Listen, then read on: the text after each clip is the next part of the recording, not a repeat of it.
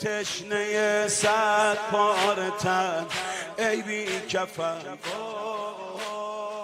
یہ جو قلوب مومنین ہے، ان قلوب المومنین عرش الرحمن، اللہ کا عرش ہے، اللہ کا گھر ہے یہ. جناب داؤد سے خداوند متعال نے فرمایا یا داؤد ان ارضی و سمائی لا یسعنی، زمین اور آسمان مجھے جگہ نہیں دے سکتے، بل یسعنی قلب عبدی المومن، وہ دل جو میری وسعتوں کو رکھتا ہے وہ مومن کا دل ہے اور میں مومن کے دل میں رہتا ہوں.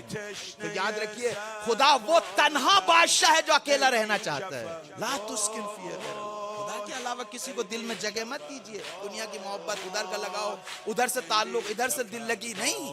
جس دل میں خدا رہتا ہے خدا کو گوارا نہیں کہ کسی دوسرے کو جگہ دی جائے. یہ حرم الہی ہے، حرم خدا جو ظاہری طور پہ ہم دیکھتے ہیں خانہ کعبہ ہے. خانہ کعبہ کی کوئی بے ادبی کر سکتا ہے؟ کوئی نہیں کر سکتا. سنی شیعہ مسلمان ہر کوئی یہی فتویٰ دیتا ہے جو بے ادبی کرے گا اس کی سزا یہ ہے. کیوں بھائی اتنے بڑے بڑے فتوے کیوں دے رہے ہیں؟ کیونکہ اللہ سے نسبت رکھتے ہیں پر اللہ اس کے اندر نہیں رہتا. کہیں مجھ کو ایسی روایت، ایسی آیت، کوئی تاریخ میں کوئی ایسا مقولہ نہیں ملا ہے جس میں صراحتاً یہ کہا گیا ہو کہ خدا خانہ کعبہ میں رہتا ہو. نہ رہنے کے باوجود اتنی عظمت ہے خانہ کعبہ کی. کس وجہ سے؟ چونکہ ایک نسبت پائی جاتی ہے. لیکن جس حرم میں اللہ رہتا ہے، جب جس گھر میں نہیں رہتا، ایک نسبت کی وجہ سے اتنا احترام ہے کہ کسی کو حق نہیں پہنچتا اس کی بے ادبی کرے. جس مومن کے دل میں خدا رہتا ہے کسی کو حق نہیں ہوتا مومن کی بے ادبی کرے. ای بی کفن